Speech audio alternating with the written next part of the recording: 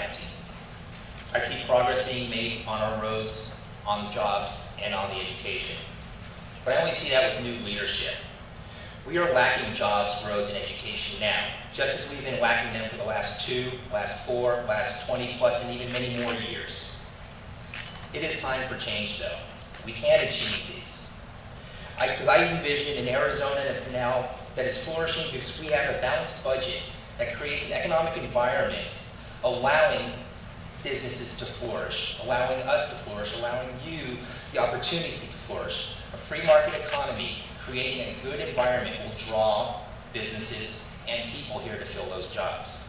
I envision that progress, but only if we get the budget under control. Thank you. Years. I think it's fair to say we're going to continue, although albeit at a slow pace, we're going to continue to see increased growth. People still want to come to Arizona. And so subsequently, we are going to continue to have to struggle with the issues that we're struggling with today. Issues related to a lack of infrastructure. The growth caught Pinal County, I believe, by surprise. And so as a result, we have been behind the wave when it's come to infrastructure of roads, schools, so that our children can be educated in classrooms and not cafeterias and gymnasiums. The other issue that we have to look at, particularly in Pinal County over the next 4 years, is to ensure that as new developments come, that we do a number of things. One of them is hold the developers accountable to beginning to provide for that infrastructure, have them pay for the roads that need to come in, the sewage plants. The other issue that we need to be assured of is as we are allowing permits for developers, that there is an assured water source. We have a finite amount of water in Arizona and in Pinal County, and it's incumbent upon us right now to ensure that whichever homes we're allowing to be built, that we're assured that there's enough water not only for those new residents, but for those of us that have been here for generations and generations. Arizona has a very bright future. I'm very excited to be a resident of Arizona and a native of Arizona. Now is the time to begin to mold our communities, particularly in Pinal. The greatest country in the world. It's beautiful. And yet we are like a constricted artery in the center of the state. We have no roads. Our transportation system is not sufficient. You come down I-10, you hit Pinal County, you go from 3 or 4 lanes to 2.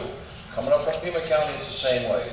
What I would like to see over the next 4 years is I'd like to see a bypass coming down through the Gila River Indian Reservation out of Avondale.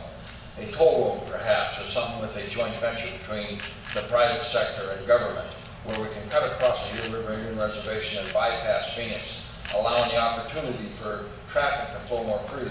I'd like to see I-10 widened to 2 lanes. I would like to see the freeway that was killed years ago coming out of San Manuel, going back down and joining back into I-10 South, bypassing Tucson. I would like to see a mass transit system established, something perhaps along the rail lines coming between Tucson and Phoenix. I'd like to see solar photovoltaic opportunities in perhaps Casa Grande or Eloy or Arizona City. I would like to see transferable tax credits established to allowing perhaps freight changing at the intersection of Interstate and 10. I see opportunity, and I believe that we have it and we can seize it.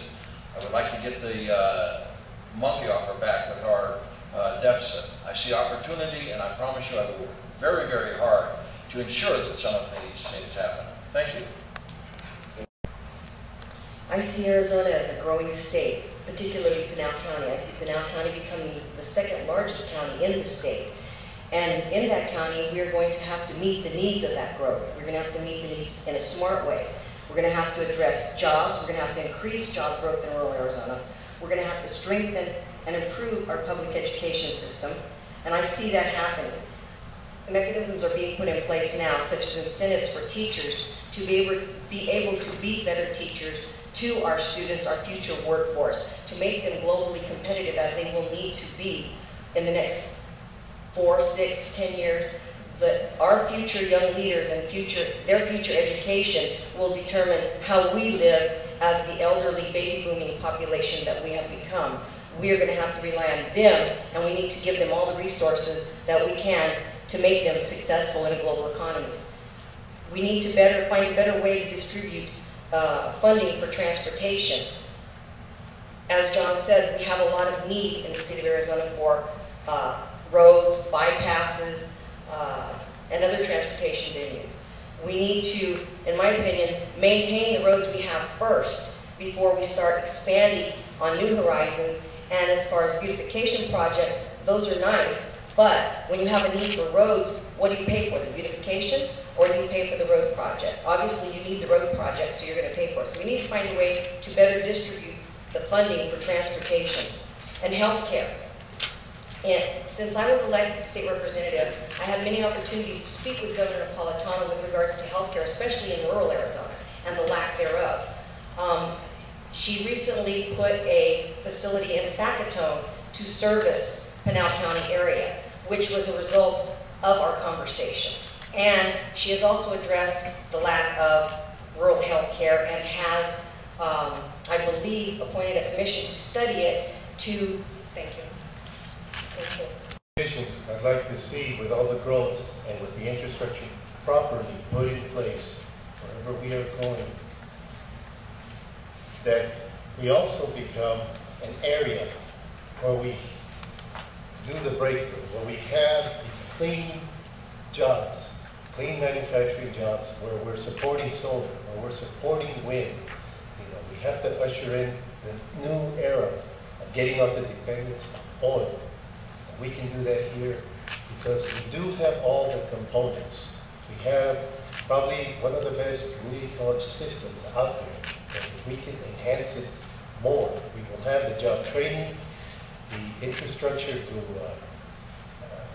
your roads, your education, workforce development, holding developers accountable, and gradually getting this economy rebuilt where these new green economy jobs will be able to pay more into our system, more into our county tax base and our city tax base, and so that we can share the tax burden. But you can't blame for not wanting to come to this place. It's a great place. Like I've always said, we have a lot of components out there that we can build on. And for me up there at the Capitol, you can get it done fast enough. About myself. I was born in Florence. I attended Florence Public Schools. My junior year, I moved to Maricopa. I graduated from Maricopa High School. I think I was third from top in the class. Actually, I was only seventh from the bottom of the class too, but that's how big Maricopa was at that time. I attended Northern Arizona University, Central Arizona College, and a while at Arizona Western College in Yuma. I graduated from the University of Arizona Project Central Rural Leadership School, and I've completed the Department of Public Safety Citizens Academy.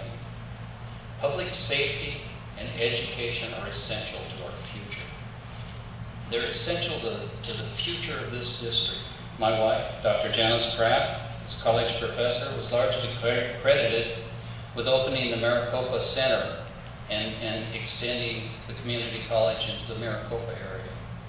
I believe that excellence in education is important for our youth, a vibrant economy, and our quality of life.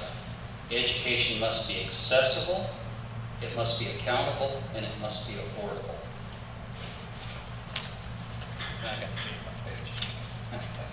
My son Brian and I own and operate 2 businesses in Casa Grande.